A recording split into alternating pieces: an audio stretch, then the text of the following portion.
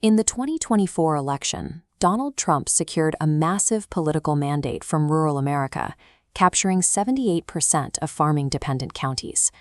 The core of this voting bloc is the traditional, multi-generational family farm, a demographic that rallied heavily behind campaign promises of economic protection and a champion in Washington. Between 2018 and 2025, the administration distributed a historic $40 billion in taxpayer-funded agricultural bailouts. On paper, an injection of capital that large should have triggered a rural economic boom, but the numbers show the exact opposite. By the end of his first term, farm debt skyrocketed to a record $425 billion. At the exact same time, net farm income plummeted 25% across a 3-year span.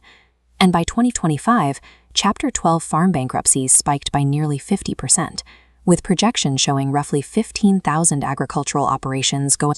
That $40 billion in federal aid failed to save the family farm because the underlying mechanism distributing those funds was never actually designed for them. The catalyst for this agricultural crisis was a geopolitical strategy. The administration used American farming exports as a bargaining chip, enacting sweeping tariffs that instigated a massive trade conflict. Foreign trading partners quickly retaliated by directly targeting the crops American farmers grow, particularly soybeans. That retaliation wiped out $27 billion in agricultural export value between mid-2018 and the end of 2019. To address this self-inflicted collapse, the administration deployed 2 massive taxpayer-funded relief programs managed by the Department of Agriculture.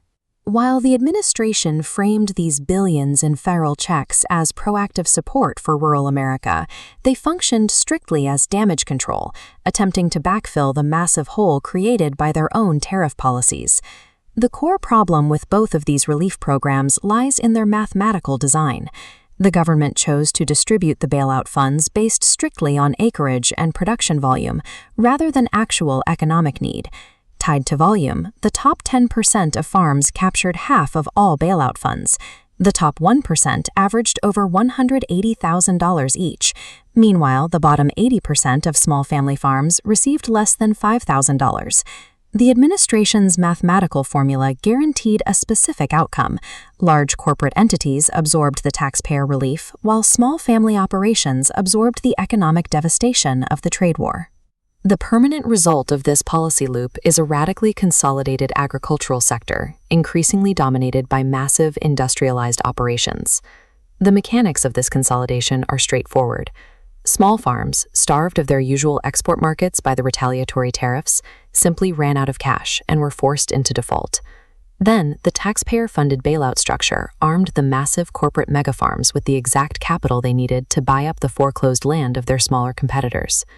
Despite internal economic data proving these exact harms, historically powerful agricultural lobbying groups endorsed the administration's policies and continued to push for them.